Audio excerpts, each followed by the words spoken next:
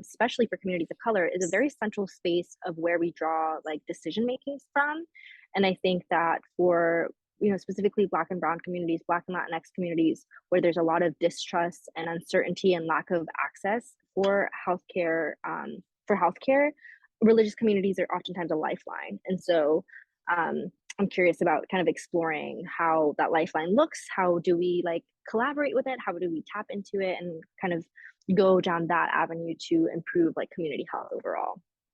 So lots of big picture ideas, and we'll see what happens, but I have some ideas kind of floating around. Welcome to Public Health Careers. I'm your host, Omari Richards, founder of the Public Health Millennial. We're going to dive deep into public health topics and career journeys. You'll hear diverse career stories, absorb professional development and career strategies, get tips, while also learning from others to help you in your own journey and learning of public health. Learn about the vast world of public health careers, or just hear public health stories. Stay tuned so we can do our part towards a culture of health, well-being, and equity for all. Welcome to episode 119. Hi everyone, Omari Richards here. Thank you all so much for joining the show. If this is your first time, really appreciate you finding the show. Be sure to subscribe so that you miss any other great information that I have, and follow me on Instagram if you have not as yet at the PH Millennial. Today's episode, really enjoyed it, really dove deep into this conversation with this current doctoral student who is really figuring out religion as a determinant of health and doing some really cool intersectionality work around public health and religion and politics. And I'm excited to see where she goes with all her work in the future. And her path to getting where she is right now is very interesting. So I'm glad that I was able to capture this. Go Gators. Enjoy the episode. Today, we have someone with experience using her coaching skill set to help people around their health and wellness. She got her bachelor's in public health at the University of Florida.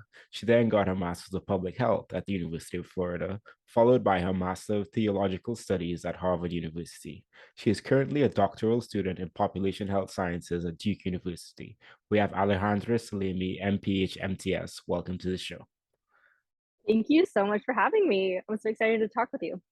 I am excited to chat with you as well. You have a very interesting path in public health, and I know that we are both Gators, although we haven't really connected that much, but hopefully going forward, we will connect a lot more.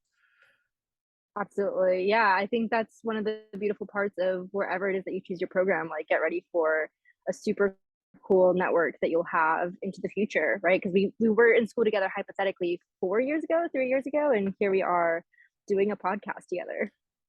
That is so true, like you never know how things are going to work out. So regardless, so how are you doing, and how you been coping? Yeah, I'm doing all right. Currently sitting in rainy Durham, North Carolina. I just moved here exactly 2 months ago today. And I started my PhD program last Monday. And so just getting acclimated, and I feel like life is a little bit of a whirlwind, but doing okay overall. There's a lot of good in life right now, and I'm holding on to that. Well, I'm glad that you're doing okay. And I know that it can be tough moving, especially when you're moving to start school, and how that can be stressful. So hope everything starts it off smooth and continues to go smoothly. So yeah, where did you move from before? I was finishing my master's at Harvard, so I moved from Boston, Cambridge, technically, where I was at for a year and a half. Yeah, so I'm just going up and down the East Coast, from Florida to Boston and back down to the middle in Durham. I love it. I love it. Okay. So tell us, how do you identify, and tell us a little bit about your personal background? Sure, yeah. So my name's Alejandra. I use she, her pronouns. I am an immigrant, a proud immigrant from Bogota, Colombia, from South America, and moved to the US when I was little with my mom. And so I definitely identify as a Latina, as an immigrant, but also as as a first generation woman in STEM, because public health is very much a scientific field. And I guess a new funky identity that I reluctantly take on is, I guess I'm also a theologian to some extent, or a pastor or something along those lines, because I'm deeply invested and trained in religion as well. And so it's this weird scientist, religious, theologian, pastor hat that I am juggling at the same time. And yeah, it's kind of, I think my most salient identities are those. Love it, love it. And yeah, when I saw that you were going to go to theological studies, like, that's interesting. I don't think Yeah. I've heard of anyone else, and especially knowing that you got your MPH and everything like that. So like I'm excited to unpack that and unpack your thought process there, as well as what you're doing currently and what you envision for yourself going forward. Because I think uh like in public health and in a lot of these conversations just very unique, and yours is a little increasingly more unique. So I'm looking forward to that. Looking forward to that. Okay. So before we get into all your thought processes around schooling, what does public health mean to you? And now a quick break from our show sponsor. Do you care about public health and health equity? Have you been looking for value-based apparel? Well, the Public Health Store has got you covered. Rock simple value-based design apparel that will surely have others interested in engaging in meaningful conversations with you. The Public Health Store has apparel for you to rock in class, around the office, or just casually around town. Wear your values where people can see them. Visit the Public Health Store at thephmillennial.com/shop. That's thephmillennial.com/shop. And use the code podcast for 10% off your next order. Okay, now back to the show. That's such a good question. Public health is the kind of collaboration and the interdisciplinary area of considering how people live, how people think, the built environment, policy, behaviors, cultures, and how they all intermingle into the lived experience, right? We talk about quality of life. We talk about, social determinants of health and how people are either living healthy lives or unhealthy lives or dying early or living long lives. And then one little caveat that I would add into that is also the importance of all social identities, obviously, but specifically religion as a social determinant of public health. That's kind of one thing that I'll bring up a lot during this podcast. But yeah, public health is all around us. I think the pandemic has highlighted the importance of this field that, maybe Omari, you can relate to this, but prior to the pandemic, when I told people that I was studying public health, they were like, oh, you're going to be a doctor or a nurse or something. And I'm like, no, we love our healthcare providers and they're important, but we don't work kind of in the one-to-one ratio that a lot of healthcare providers work in. We usually do more like systemic macro health work. And so populations, communities, things like that. And so public health is all around us, and I love it. So I don't know if that's a definition per se, but that's kind of my understanding of it.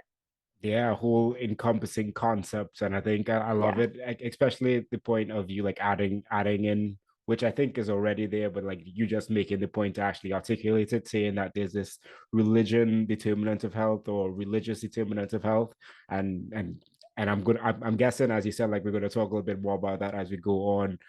You're going to chat more about that, which I think is important because we think about health in so many different realms outside of just the healthcare.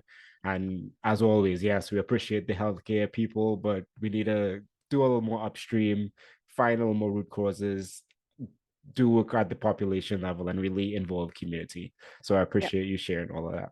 Okay. So you started your collegiate career at the University of Florida, getting your bachelor's in public health. What was the thought process going into here? Did you begin your journey like with the bachelor's in public health, or like how did all that start at UF? Yeah, so I'll be completely honest and say I didn't even know public health existed until probably like my sophomore spring of college. I went in as everybody at UF does, wanting to be a doctor, and so I went in. I think I was technically nutritional sciences, I think was what I originally came in as, and then science classes kicked my butt and I was like, yo, this is we're not gonna make it.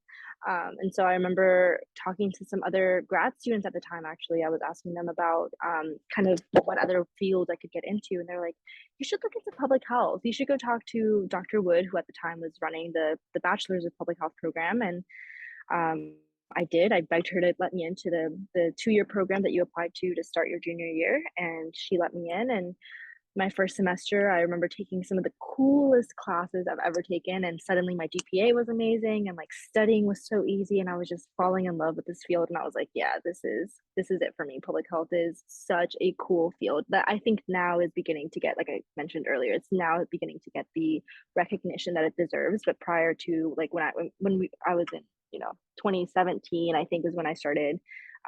Nobody really knew what public health was in the kind of colloquial world, essentially.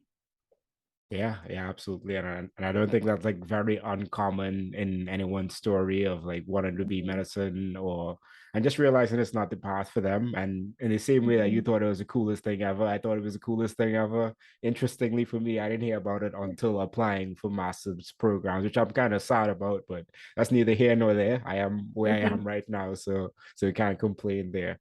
Um, okay, so you did nutritional sciences, med track for the first 2 years, learned about Yeah. public health, and then got into the public health program towards the end, the last 2 years of undergrad. Is that how it worked? Yep, yep, that's how it worked. And then for my master's of public health, UF, and many schools actually, for other students out there not at UF, many schools do like a 4-in-1 program, which is essentially you apply to like a combined master's program your junior summer, and then would begin your master's your senior year, which would be like senior year slash first year of grad school. So for me, I didn't like have funding for classes. Like I paid for all of my schooling myself. And so when the opportunity came up to potentially do a 4-in-1 where my Bright Futures, which is a Florida scholarship for residents, would apply towards my master's and it would kind of reduce the cost of my master's, I was like, yeah, let me just apply, honestly, for financial reasons, because that just was what was most accessible and I didn't want to accrue student debt. And so I did the BPH program for 1 year, applied to the MPH, and then my senior year of the BPH program, I was essentially doing my first year of my MPH.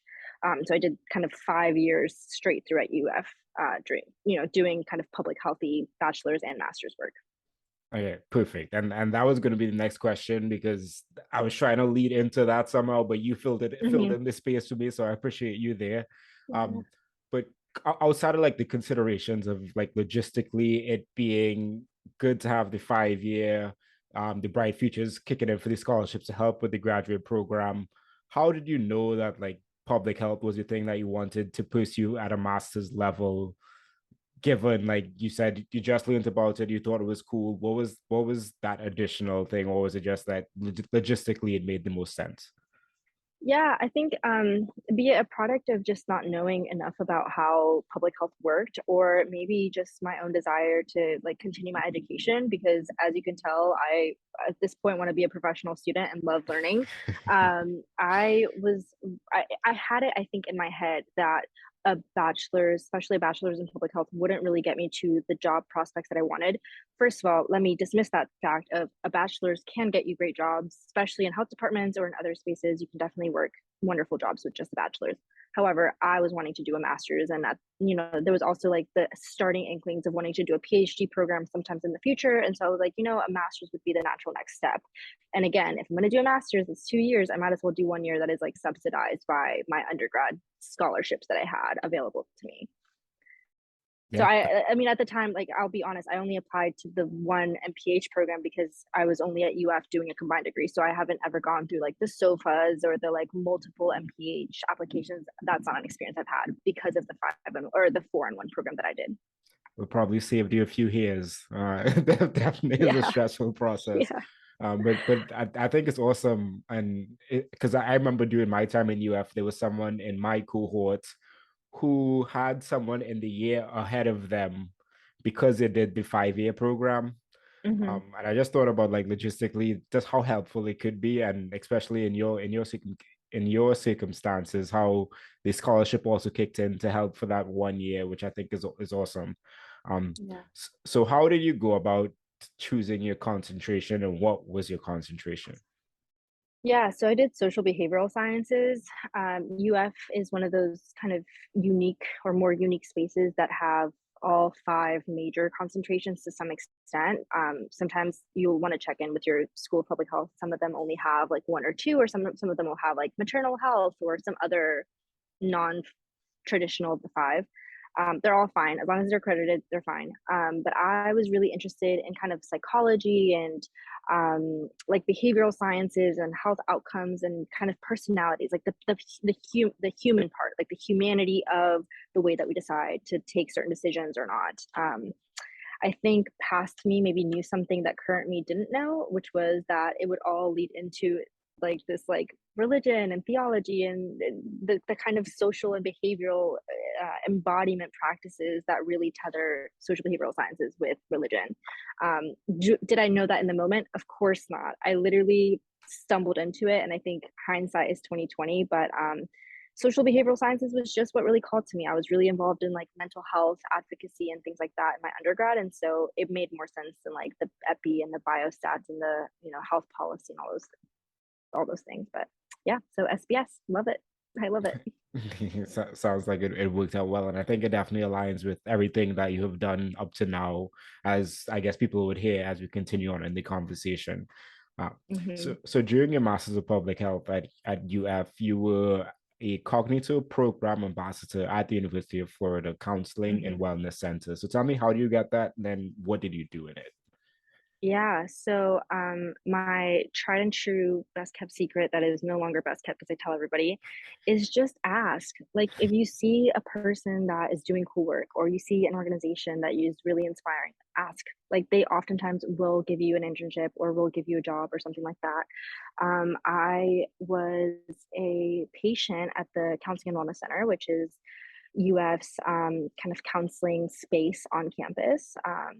And I big advocate for therapy. Therapy is wonderful and beautiful and healing, and really cannot recommend it enough, especially for people of color or people of marginalized identities. It is truly healing. So I was a patient there, and I, at the time, I think I was. How did this work? Oh, it was so for the Bachelors of Public Health, we had to do a capstone, which was essentially like a semester long, or maybe it was a year long, I can't remember, internship to actually like implement the public health training that we had received in our bachelor's. I started thinking, and I was like, I really love working in mental health. I want to work for the Counseling and Wellness Center. And so I think I ended up just cold emailing the director, who at the time was Latino. And so I was like, hey, I'm a Latina, really interested in this field, like would love to just like get on your schedule. By some divine intervention, I got on his schedule, and I told him straight up, I was like, hey, I have to do a capstone and I really would love to work here because it truly saved my life and I love the CWC.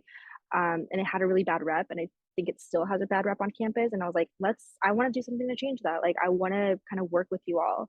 And so he was like, all right, we have this Cognito program, which is this like national training module, kind of like, this is a terrible comparison, but kind of like the sexual assault trainings that you have to take or the Title IX trainings. It's kind of this like online training module. I described it as kind of like a pick your own ending Sims version of like mental health first aid. And they had the training for a long time. There was a new policy coming down the pike in the Florida Board of Governors that oversees all Florida public universities that was going to mandate Cognito. And UF was just it was failing behind on getting people signed up and getting the training done. And so I was like, all right, sign me up, coach. Like, I will figure out a way to get this training into classrooms and with professors and things like that. And so I did that for, I guess, a year and a half, 2 years for, my senior year and my second year of my master's. I was working in that, and it was wonderful. I mean, I remember we were probably averaging maybe 30 people a month taking the trainings, and by the time I was done, we were averaging like, not to brag, but we were averaging like 1,000 people taking the trainings a month. Like, it was extra credit in like the biggest classes on campus. Professors were having to take it. It was kind of mandated across different boards. We got the student body president to sign an amendment or like a bill like advocating for it. And so it really kind of took off just from kind of seeing the vision and wanting to invest in it. And so that was my job, and I really loved it, and it was really formative for sure. That's awesome. That's awesome. And I really love how you like speak about it and like actually bringing the numbers to it and saying, hey, at first, like you came to the position, wanting the position, asking if there was a position, and then from there, understanding that there was this program that could be done a lot better. There just needs to be the better mechanisms for getting people to know about it and to want to take it. And as you said, like extra credit, reaching out to professors, making sure they're doing it. Those are great ways to ensure that more of the population is taking it, hearing it. So kudos for you for doing that and taking that on, because I think that's awesome as well. Yeah, thank you so much. Yeah, I mean, it's all social behavioral sciences. That's what I'm saying. Like, all implementation and all the theories that we talk about, it's really cool to see it come to fruition and actually manifest in the real world, because the vacuum that is a classroom is a cool place to learn, but it doesn't always work out that way in the field. And so it's cool to have that be my first real experience of getting my feet wet and like kind of putting to practice the things that I had fallen in love learning. Yeah, that's real tangible, like work that you did there. And I think like also the fact that you're able to speak to it in a real way that makes, I don't know, I got like an emotional kind of connection to how you're able to invest yourself and everything that you wanted to do in this project, which I think is important as well as a student, to make that impact, and just to know that you can make these types of impacts on campuses if you just raise your voice and ask for the opportunities and Yep. follow through with it. Okay. Mm-hmm. So tell me a little bit about any big takeaways that you had from your Masters of Public Health, or I guess the last 2 years that you had in schooling as a Bachelor's/Masters of Public Health student. Ooh, that's a good question. I think that there is a couple of things come to mind. Public health is so interdisciplinary and so ubiquitous. What does that mean? Public health is everything around you, which means that public health is complex and you're never going to know everything about it. And I think that's true for any field that you study, right? Like a biologist isn't going to know everything about biology, and a historian isn't going to know everything about history.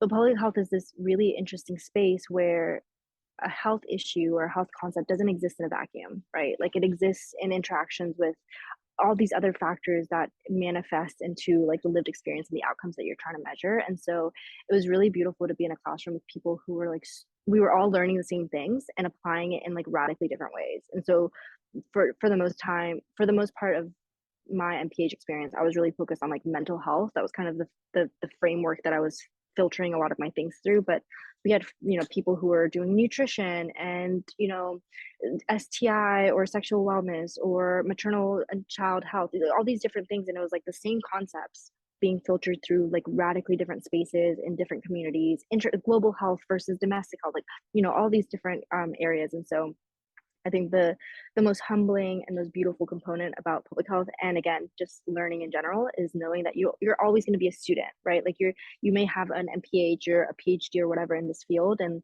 you still have so much to learn. And so there's this humbling and this collaboration that is really important, and in this field and in all fields, that I think makes it so much fun, because we don't know anything individually, but collectively we can make a huge change. Absolutely. That was very well said, and a great insight that you said in there as well is just how you can go into an MPH program and really filter the work from whatever lens or perspective Mm-hmm. you want to take the work, and you're allowed to do that in a lot of different projects that you're able to do and things like that. Mm-hmm. So like while you're gaining the skill sets and the tools to do the work, you can apply it in so many different contexts. So it can be applied in so many different contexts. And I think that is like one of the challenges of public health as well, because it's like, okay, there's so many things that I can get involved with. What is the thing that I really want to dive deep into? Yeah. Um, okay, and then before going on to your master's in theological studies at Harvard University, well, I guess the question is around that. When was this even something that you thought about doing? Did you know that you were going to pursue Yeah. another master's degree after your MPH, or like when did that come into your mind? Yeah. Oh, that's a story. That's a story. So I'll preface this by saying we're going to talk about God for a hot second. So if that's something that like you're not interested in, totally respect it. But that's just kind of that's how the cookie crumbled. So I have to go there. So again, because I was, self-funded through my studies, I was always looking for like opportunities and ways to both pay the bills, but also just find community and find places to live and things like that. And so from the very beginning of my time at UF, I got really involved in a campus ministry called Gator Wesley, which is the United Methodist campus ministry on campus. And so I started, working there. I was like on like residential staff, and I then became an intern that I was getting paid to do work. And then, and you can cut this out of the podcast if like this has nothing to do with what you want, but, and then my junior year, I can't remember, we had Richard Spencer come and speak on campus, who was the organizer of the Charlottesville rally, and the kind of white supremacist go-to guy. And I remember though I am white passing and I recognize that identity within myself, I am also an immigrant and I'm Latina, and my family is very central to who I am. And so it's really interesting to have this man parading through Gainesville saying these things about how me and my family and my like Black and BIPOC siblings are this, that, and whatever. It was jarring, and I'll be honest, it was probably the first time that I really had to reckon with like my identity in that way, and just the most forefront version of like all the isms. I remember students telling me that like I and other Black and brown students were taking up seats of white students at UF, like all these kind of wild things that were manifesting. And at the time, my campus ministry was silent. They didn't do anything. They didn't stand up for me. They didn't stand up for others. They just kind of kept quiet and were hoping that the storm would kind of roll away. And so I started inquiring about what it means for theology and ethics and morality to be involved in conversations, because one thing I would argue is that religion and public health are oftentimes, or ought to be, rooted in this kind of helping perspective and this like moral ethical responsibility to make communities better, whether that's spiritually better or ethically better or physically, mentally better, health wise. And so I was like, okay, what's going on? Like, we talk about like Jesus and salvation and liberation, all these beautiful love, justice, all these things, and then we have literal white supremacist neo-Nazis parading and we're silent. Like, something's not clicking. And so I kind of dove deep into like religion and the campus ministry. Like I started a social justice what was it called, like a social justice oh my gosh, the word's escaping right now. Campaign. Like a social justice ministry. So like a sub ministry within the ministry, and was like trying to educate people on like undocumented farm workers in Florida and doing like anti-racism trainings and all these different. We did a trip to Montgomery to visit the EGI and like do all see all the Brian Stevenson things in Montgomery. And I was like, cool. So there's this like theology, morality, ethics, and then there's like racism and all the isms, sexism, all these things. And then there's public health, and like they both are talking to each other. Like there's commonalities here, even though we've been taught there's not commonalities. There's something going on here. So, long story short, sorry, this is a long story. So it was fall semester of my last year of my MPH, and I was like, okay, I want to do a PhD. I remember having a spreadsheet of like 13 different programs I was going to apply to. And then I was like, but let me like check out some divinity schools. Let me just like see what happens. And so I added, 4 or 5 more to the list. So I had a list of like 15 different schools and programs that I was applying to. And I was like, all right, this is too much. This is too overwhelming. So I was like, you know what? I want to move to Boston. I just wanted to live in a city. Like I wanted to go to Boston for personal reasons. And so I was like, I'm only going to apply to schools in Boston. And then I kind of upped the ante and kind of made a bet with God. And I was like, I really want to go to Harvard. Like as an immigrant Latina, I want to go to Harvard. And so I applied to BU and Harvard for PhDs in public health and Masters of Divinity, which is a 3-year program in divinity schools. And I got into Harvard Divinity School and got a really great scholarship and was like, okay, I got in. I got to go now. Shout out to my mom who talked me out of accepting BU's offer because they gave me more money. She was like, you got to go to Harvard. And I was like, you know what? Mama was right, because Harvard Divinity School was one of the coolest experiences of my life. And I am so thankful that I went. So that's the story. Okay. Wow. And yeah, nothing there is gonna get cut out, just so you know. but I appreciate all of that, because I definitely think that happens more often than not. And you were not someone who just like sat down and said, okay, this just happens. Let me like why Yeah. and what can I do to actually make some change about that, as well as like further educate myself to understand how this intersection works together and how I can build skill sets, I'm guessing, to make that change, especially now that you're doing this PhD in population health sciences, which we'll get into in a little bit there. Yeah. Okay. So you got into Harvard and you pursued your master's in theological studies. Was there a concentration there? Tell me a little bit about how that works. Yeah, for sure. So I originally went in as a Master's of Divinity student. Super quick crash course. Difference between MDiv and MTS. Your typical pastor will usually have a Master's of Divinity. It's a 3-year program, very much built for people going into the field to work as clergy, ministers, chaplains, etc. An MTS, which is what I ended up doing, I switched in the middle between my first and second year. A Master's of Theological Studies is a 2-year program, typically more for those wanting to study religion as like an academic thing rather than practice based, and it's more for people who want to go into like research or do a doctoral program in religion, things like that. And so I ended up graduating with a Master's in Theological Studies, a concentration in religion, ethics, and politics. So I will confidently say that my trio, my trinity of love is public health, religion, and politics. Like that is truly something I love. I think politics is the thing that tethers religion and public health together, because both of those things are highly political and create a lot of policy as well. And so um, let me not get on my soapbox, but we're going to get elected one day. We're putting it into the universe that I would love to work in policy and kind of create change in that way. But yeah. Yeah, you absolutely will, and I love the intersection of your knowledge, and as well as like you coming to the understanding that all of these intersect in this way, and they are playing influential. They have influential impacts on everyone's life, and to the Yeah. point of like being a public health person and the public health career stories. Um, just seeing how you can find your path and your space in public health, and I think it's very informative, especially like you realizing throughout your master's program or throughout your schooling that okay, there was this incident that happened that I think that there should be a better outcry or a better showing up of solidarity or whatever the case might be, and Mhm. that led you to this.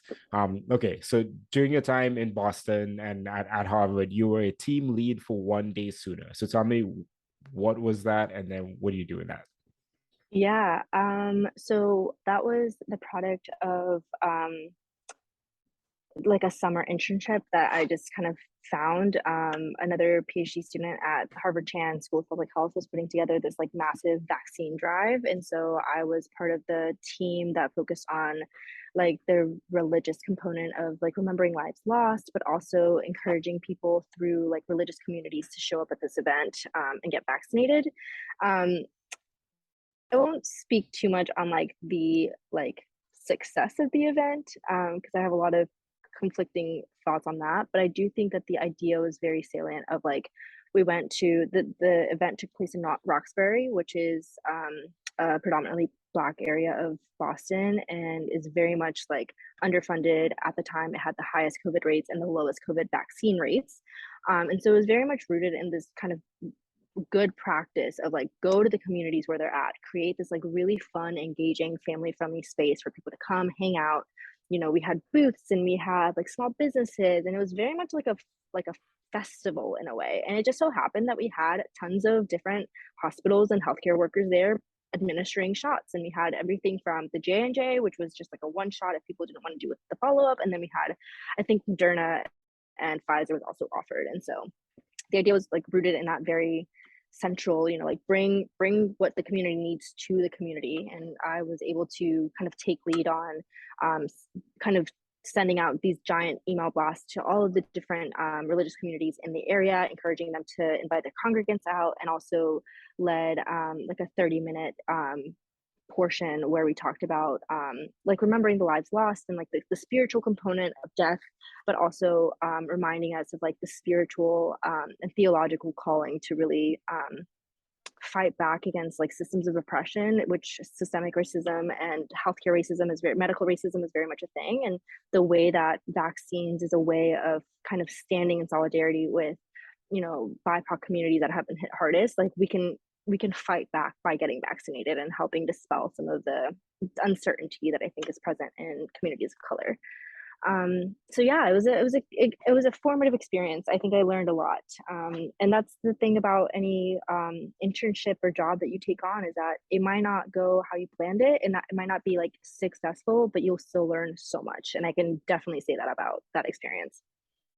Yeah, that sounds awesome. And I love like the messaging of how you're portraying the event to like take on the reckoning of you said it a lot better, so I can't even remember what you said, but I know you said something really great there. Um, before I forget, and I think like people might want to know this as well, it's like because you said that so there are two different degrees. It's a master's in divinity and then master's in theological sciences, right? And you started as a master's in divinity and then Theological studies, not theological sciences. studies. Apologies, Yeah. no one banned me or anything.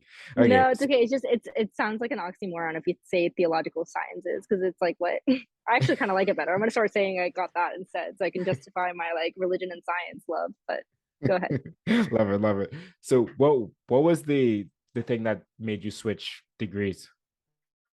Yeah, I mean, honestly, the fact that it was a 3-year program and your girl has been in grad school for a long time, and I very quickly realized that I don't see myself working as like a pastor or like working in like local church space is what it's typically called. So like working in the field. I definitely want to use religion as a tool in my public health work. A positive tool that sounds like negative, but like I want to understand it and implement it in my public health work. And so yeah, it was just like a time component. Like you know, living in a city for 2 years versus 3 years is financially a different outcome. And I just kind of I wanted to go back to public health and kind of strike while the iron was hot because right now, um, I wonder what it would have looked like if I had applied a cycle later, like how much more salient and timely, like what I was proposing in my applications would have been. I'm sure I still would have worked out, but I just felt like now was the time to really like take this and run with it. And so switching into a 2-year degree and finishing just felt like the more appropriate decision for me. Yeah, sounds like a great choice on the opportunity course side Yeah. of things. So that's Yeah. awesome. We Yeah, can always change our minds. Like that's one thing. Oftentimes, if you don't like your concentration or if you don't like whatever, like very rarely are we ever truly stuck in something. So allow yourself to fluctuate and change if that's what you feel called to, and that's what I did. So I switched from one master's to another. awesome. And you also switched to another position as a research assistant at the FXB Center for Health and Human Rights at Harvard University. So tell me, what is the FXB Center and what did Mm-hmm. you do in this experience?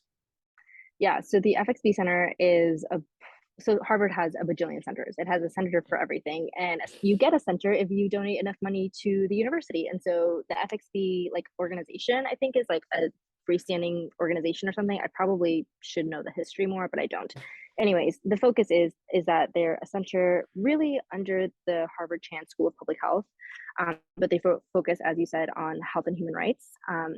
Again, this is tried and true, best kept secret. I was touring Harvard the December when applications were due. So it was like the fall semester of my last year of my MPH. I had met with some admissions people at Harvard Divinity School, and then I found this woman named Mary T. Bassett, who is now the New York State Commissioner of Health. But she was the director of the FXB Center. And I sent her, again, a cold email saying, hey, I applied to the PhD program. I put you down as wanting to work with you if I got in. Would love to get on your calendar if I can. Cold email, like didn't know this woman. And during my trip to Boston, when I went to go tour, I got like a 30-minute window with her and was like just starstruck. I mean, look her up, Mary T. Bassett. She like was on ground zero in Africa during I think the major AIDS outbreak, and just has done like incredible work. She wrote an incredible piece on abortions after Roe v. Wade got overturned for I think it was the New York Times, honestly, or another maybe the Boston Globe, something like that. But she's incredible. Was starstruck, of course, because she's amazing. And kind of casually told her, I was like, listen, I'm hoping to be here one way or another, whether it's through the Chan School or being at HDS. Like, I really, like, I am manifesting being here. And so if you'll have me, I would love to work with you. Like, let me be a research assistant or like give me anything. Like, I will clean data for all I care. Like, I don't care. And she was like, email me back once you get in. And so when I got in, she was truly my first email. I think I started the program in September. I started at Harvard in September, and by October I was on their payroll. I was like, please hire, like I will do anything. And so I got the really cool opportunity to be assistant to Dr. Natalia Linos, who is now the acting director while Dr. Bassett is away doing, New York, Department of Health things. The FXB Center at the time had been commissioned by the WHO and the UN and UNESCO to do a report on structural racism and the way that COVID-19 like the way that COVID-19 efforts could also help eradicate structural racism. And so it was this big long project. We started talking about this in November of 2020. And we wrote a paper, and it actually just got published this past summer. So a year and a half later, all of those efforts came to fruition, and we have a really wonderful kind of 40-page report on the WHO website, and have an open publication on Nature Communications on the work that we did. And so again, a random email to a random person who did not know me, and I ended up having incredible publication experiences. Really, like, I've learned so much. Like, not to talk badly about my MPH, but I feel like I learned so much so quickly, maybe even more through this job experience. And so it was wonderful to work with like world-renowned scholars and just really cool work. And got some cool publications out of it. We just got another paper published with one of the fellows there, Margaret Sullivan, on people experiencing homelessness who are also undocumented Latinos. And so that just got published, I think, last week. And so all from asking someone to let me do research with them, and they said yes, and I got paid to do it. And so I love it. It was so fun. So cool. So cool. Yeah, I love that for you. And for anyone listening, this is your message to like manifest what you need and send that And email, ask that ask. question, because Yes. those opportunities are there for those that are willing to take that extra Yep. step, as you've heard twice today. Yeah, well, that's awesome, and that's amazing. And I think like it just goes to the power of like reaching out to people, making connections, letting them know that you want to do work with them, as well as the intention and the manifestation, more like intentionally putting yourself into those spaces to get those types of opportunities, which is always important. And then you were also a research assistant at the Harvard T.H. Chan School of Public Health. So tell me about that experience.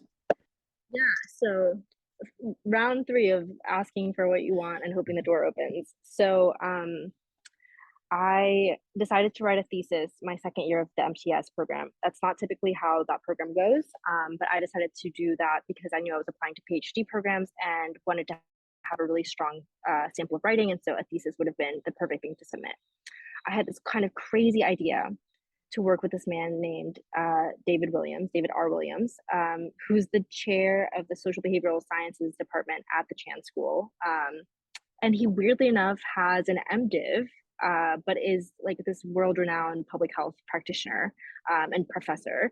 And so I reached out to him and I was like, hi, I find your work really cool, and you do amazing work on like racial bias and religiosity, but also just like he's truly in the stratosphere of public health professionals. Like, again, look him up, he's amazing. Emailed him and I was like, hey, I want to write this thesis, and you work in this intersection and are well trained in it. Like, would you be my thesis advisor? Like, will you work with me for the year and help me write this thesis? And he said yes, like right away. Like, not even like, oh, I'll email you back or I'll get back to you. No, like within the Zoom call, by the time we ended, he had agreed to do it. And I was like, how did this happen? Crazy. I was very much expecting a no and was like ready to receive that. So I worked with him for my thesis, which the product of that actually just got accepted to APHA. So I'll be presenting in Boston in November, the findings of that.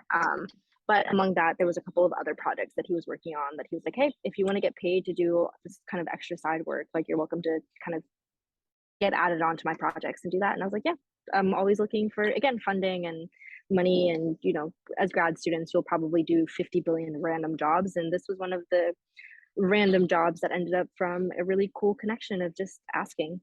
And yeah, that's that. That's awesome. That is awesome. And I think as I just said, like, you have to really want it, put that intention out, but also put that action in, ask the question. Because if you get no, you're in the same position. But Exactly. as you've heard today, like there's a high chance of you getting a yes, or you never know. So just put yourself out there. So Yeah. okay, well that is awesome. Any other takeaways that you wanted to share about your time in MTS or at Harvard, I Um, should say? yeah. I don't know. I think education is so cool. I think Harvard was a really special place, and it is also deeply biased and broken and not a great place because it is the origin of so many of the horrible systems that we are like living under. And so I don't know. I want to believe that like our passions will take us far. And so I really wanted to go to Harvard for these various reasons and found my way there. If there's a dream school or something that you would just kind of beyond your wildest dreams, like apply anyway. You're gonna kind of what Amari just said, like you're gonna get a no if you don't apply. Like that's an automatic no. You might as well get a formal no so that you can kind of shut that door. And so yeah, I think passion will speak so loudly and like will kind of open a lot of doors for you. So I think as much as it's important to like get your resume and get your GPA up and do all these things that like make you look all fancy and get your LinkedIn all perfect, also like invest in yourself. Like public health is very much like heart led work. And so if you find an area that you feel really passionate about and you're really excited about, that excitement is going to translate when you send a cold email and when you meet with someone for the first time and when you apply to your dream school. Like that will transcend any maybe lower GPA or lacking this or lacking that. Like you are a whole person and invest in yourself and in the things that you want and let the universe do the rest. Yeah, and know to speak passionately about your experiences as you're hearing right now, because I think that that plays a big part in it as well. But yeah, kudos to you. So coming out of this degree, because you entered it with one idea of what you wanted, do you believe that you got everything that you wanted coming out from this master's degree? Um, that probably not only, well, not only, but a big reason is that I started this program online virtually because of a pandemic. And so what was supposed to be a 3-year degree turned into a 2-year degree, one of which was online. And so I think I mourned the kind of colossal loss of like having an extra year on campus and like getting to experience like the community as a whole in person. But at the same time, like I milked it for all that it was worth, like through my own doubts and imposter syndrome and like really tough mental health problems that I had during that time. I still made the most of it. And I don't know, it's very much like if you live with no regret, right? Like be present in the moment, try to not have regrets. But at the same time, like if the past has passed, there's no point in crying over spilt milk. Like sure, I could have done more and I would have loved to have spent more time there, but it was wonderful for what it was. And I appreciate that chapter of my life. Yeah, got to give thanks for the things that happen in whatever Yeah. way they happen, and move forward and grow from there. Yeah. And talking about growth, so you're currently a PhD student at Duke University in population health sciences. So Yeah. when in the thought process at your time at Harvard were you like, all right, I'm getting this degree, let me get another degree, let me get a PhD? What was that thought process? Yeah. The thought process was that I, for a long time, have really wanted to do a PhD and become a doctor, a doctora, I guess is the joke now. Because we need more Latinx professors and we specifically need more Latina professors. Though I don't even know if I want to stay in academia, but that's a different conversation. Yeah, so one thing that we haven't talked about, and we can skip over it, but I worked between finishing my MPH and starting my MTS. I worked for about 3.5, 4 months for the Florida Health Department as a contact tracer. Wild experience, like truly one of the most formative public health trainings that I think I've had for many reasons. But I started noticing all these different trends around like religious belief and vaccine status and like health behavior and like whether people are going out to bars or not, or like, and then you had the like undocumented farm workers or like domestic BIPOC workers who were getting exposed on the job. Like it was just this kind of weird again phenomenon of all the theoretical classroom work coming to life.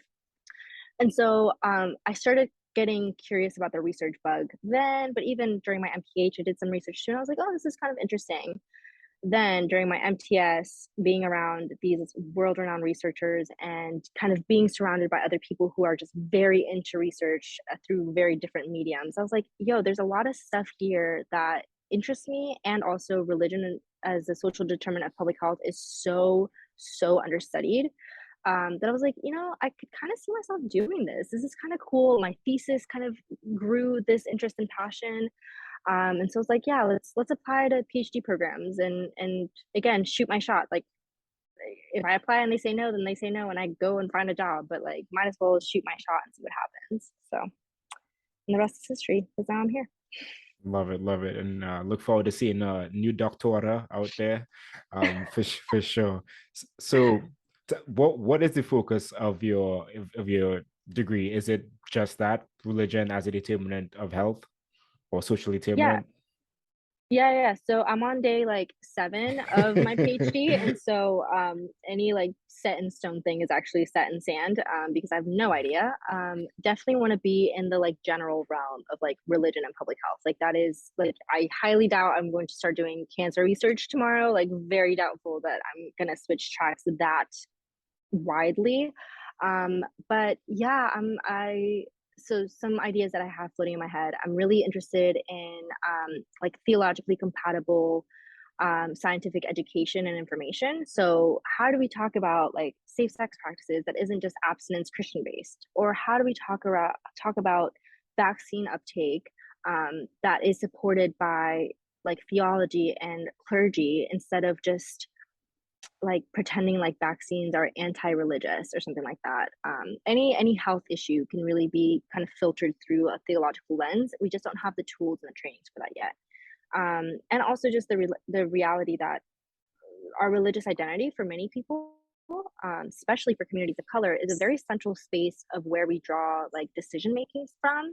And I think that for specifically Black and Brown communities, Black and Latinx communities, where there's a lot of distrust and uncertainty and lack of access for healthcare, religious communities are oftentimes a lifeline. And so I'm curious about kind of exploring how that lifeline looks. How do we like collaborate with it? How do we tap into it and kind of go down that avenue to improve like community health overall?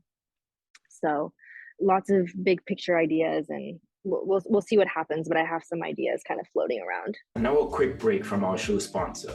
Have you been interested in connecting with a community of people who are passionate about community health while working on improving their own personal well-being? Well, lucky for you, the Community Health and Wellness Discord server is where you want to be.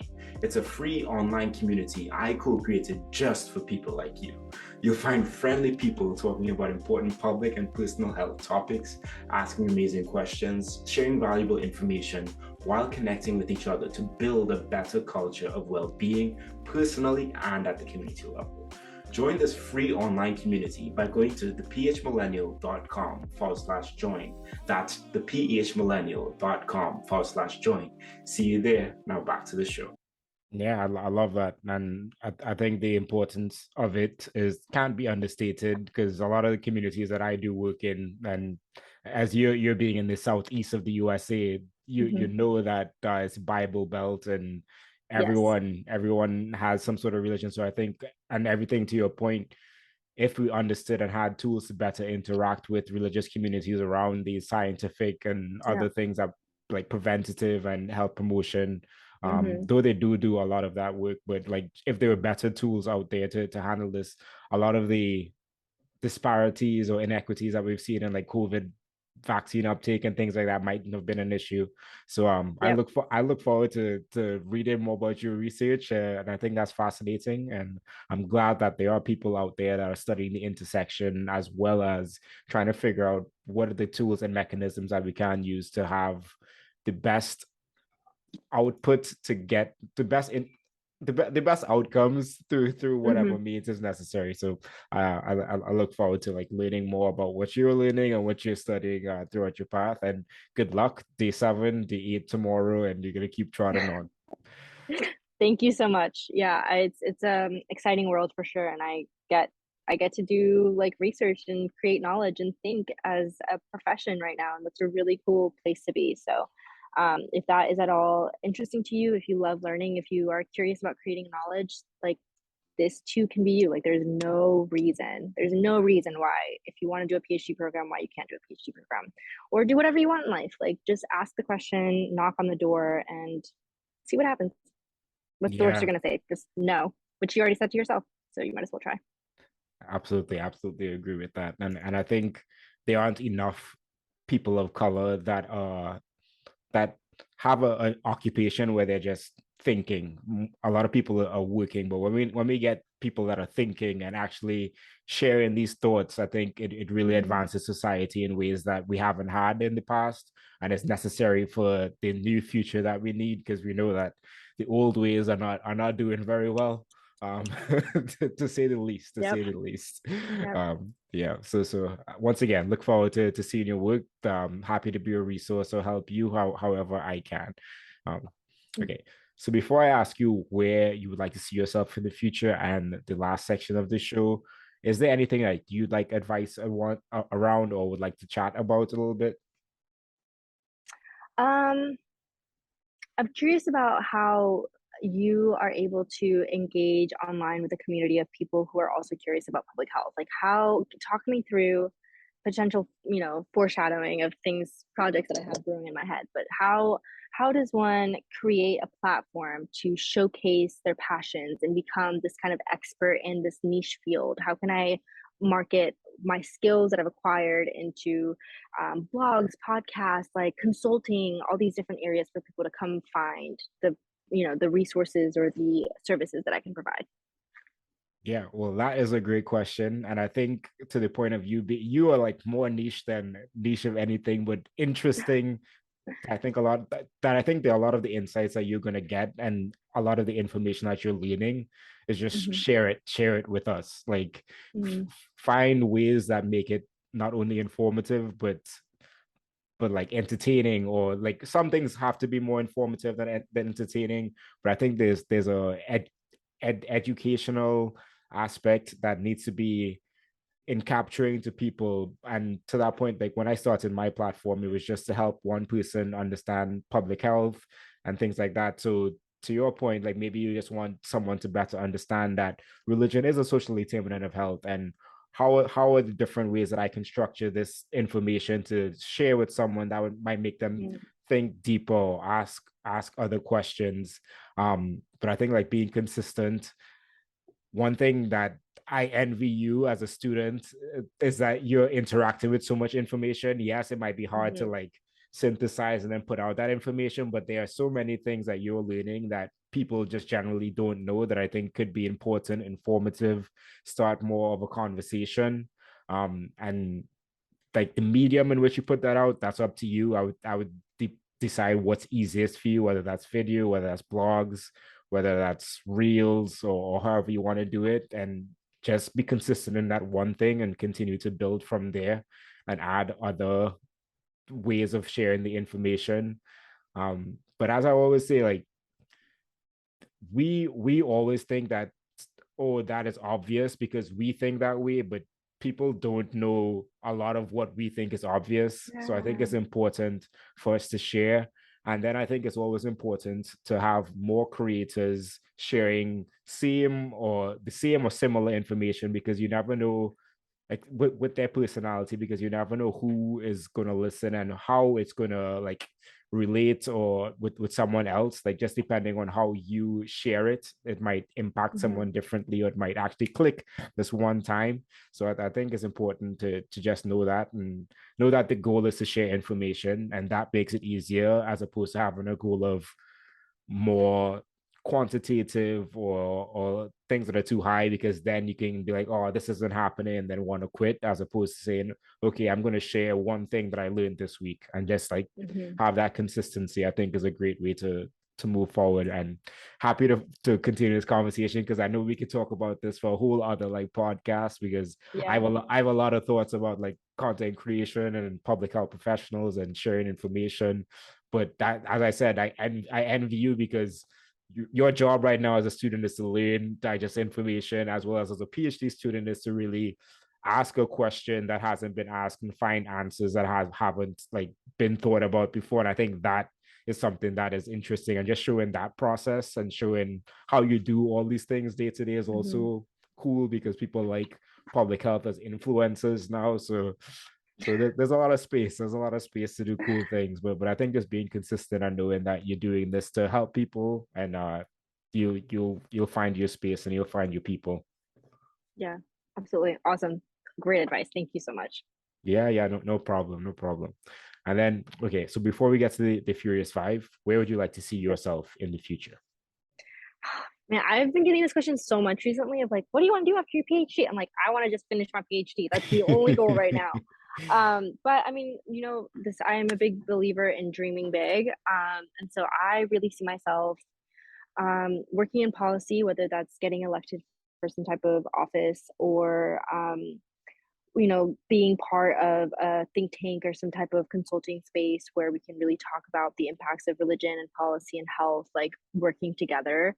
I have a wild dream of starting kind of like a consulting firm or some type of business, small business, big business, whatever, of allowing companies to come to us to help them make said theologically compatible scientific education. Like the CDC is not trained for this, NIH is not trained for this, your local health department is not typically trained for this. And if they are, they're usually trained in a very kind of Christian centric space, and we are not monolith in religious identities and religious practices in the US or abroad, definitely. And so having a person like me who is interested in a different aspect of religion is really important. So getting together this kind of company to do this work in the future would be a dream come true. And so I don't know, I feel like I have 10 different ways this story could end, and I'm just going to keep going down the path and seeing what unfolds, and hoping that some of my dreams come true, because so far they some of them keep coming true, and that's a pretty cool space to be in. Absolutely, absolutely. Well, first we'll see Dr. Alejandra Salemi, and then we'll see where you go from there. Yes, exactly. Oh, I can't even thought you're one of the first people to ever say like Dr. Alejandra Salemi, and that's crazy. What a time. What a time. Oh my gosh. I love it. I love it. Okay. So moving on to the Furious five questions I ask all guests. Number Okay. one, what advice would you give to a student trying to pursue a career in public health? Um, Start talking to people currently in the field, whether that's BPH or MPH students or doctoral students or people in health departments. I think if there's an area that you're interested in, just talk to people to see like what they do and if you still vibe with it. And if you do, then option one is applying for a program. Option two is working at your local health department, working at Planned Parenthood. Most, like I said, public health is everywhere. So pretty much any field and any topic and any business will have some type of public health opening. And so either education or exposure through practice is a great way to really feel out if this is for you. And it probably will be because it's really cool. Absolutely. Number two, if you're talking to someone wanting to get into your position as a doctoral student, what advice would you give them? Don't stress so much. And I say that, maybe hypocritically because I stressed a lot to get here. But I think there's this kind of weird focus on like publishing a ton and having all these like perfect grants and fellowships and experience in the GPA and the GRE and all these things. Sure, like it's important, but again, I feel like as long as if your heart is in it, somebody's gonna see that. And maybe like let's be real, not everybody can do PhD programs, not because they can't intellectually, but because like there's only so many limited spots, and PhD programs are like 50% the applicant and what you put out there, and 50% like the stars aligning, because you can be the perfect applicant and there just might not be funding or a spot for you in the program that you apply to. And so if you want to do a PhD program, again, talk to people. I had so many amazing PhD mentors who were already in programs, who did mock interviews with me, looked at my statements of purposes, looked at my CVs, and like helped me walk through all of this and asked me the tough questions of like, you have 2 masters, like you don't need to get a PhD, you could go out and work. And they asked me like, hey, like really checking me if that's what I wanted to do. And so don't stress too much. Talk to people who have actually done it rather than going down rabbit holes in grad cafe or whatever. Talk to people who like are living this world and see if, again, if that is something that you vibe with and something that you want to go down, and ask for help, because I had so many incredible people helping me get here and I wouldn't be here without them. And so you too need a team to get here. Yep. Love that. Number three, what's something you're working on improving in your life right now, outside of not stressing as much? Yeah. Self-care, self-love, like Number one goal for this year for me and my PhD program was to find a therapist. Above all else, above any grades or publications, my number one goal is to find a therapist, and I found an incredible one here. And so we're working on myself. I can't pour into communities and pour into my research if my cup is empty and if I'm burnt out. And so I am really committed to my physical, my mental, and my spiritual health right now. And it's not easy, and I'm not perfect at it, but we're getting there. Yeah, love that. Love that. Self-awareness and taking actions are important. So hope that you are able to accomplish all of that and just be a little bit better. Number 4, professionally, do you recommend anything?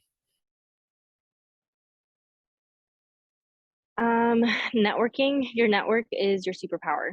Like aside from, I mean, again, we talked about like Omari and I's like connection through like the UF network, but even just, you going to a school like Harvard, like Duke, I have found the power in going to spaces where people like want to connect with you on LinkedIn and email you and find a Zoom, find a time to on Zoom to chat or get coffee with you. Like invest in your connections, invest in the people who are in your classrooms will one day be colleagues or will one day be working in a company you want to apply for.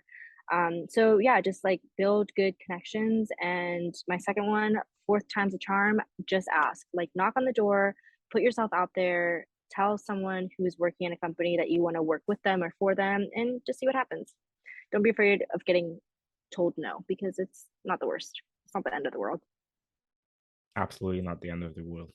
And last but not least, where can people connect with you? Yeah, for sure. So you can find me on LinkedIn, Alejandra Salemi. You will see me and would love to connect with you on LinkedIn. Also, you can find me on Instagram at ALE Salemi15. And I hopefully in the near future will have some more cool content spaces for you to connect with me. But for now, those are the top two.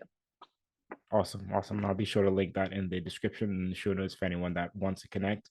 Well, thank you so much for coming on and sharing your interesting story, but much appreciated it. And I look forward to, I genuinely look forward to your research and what you learn, and we'll definitely stay connected so I can hear more about what you're learning and how everything is going.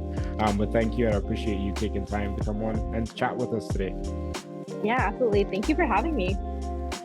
Truly is my pleasure. So housekeeping items, everyone. Thank you so much for watching or listening to this. Be sure to subscribe if you have not as yet. Leave a like, leave a 5-star review, share it with a friend. And if you'd like, join the Discord channel. That is at thephmillennial.com/join. Look forward to seeing you there. Peace, everyone.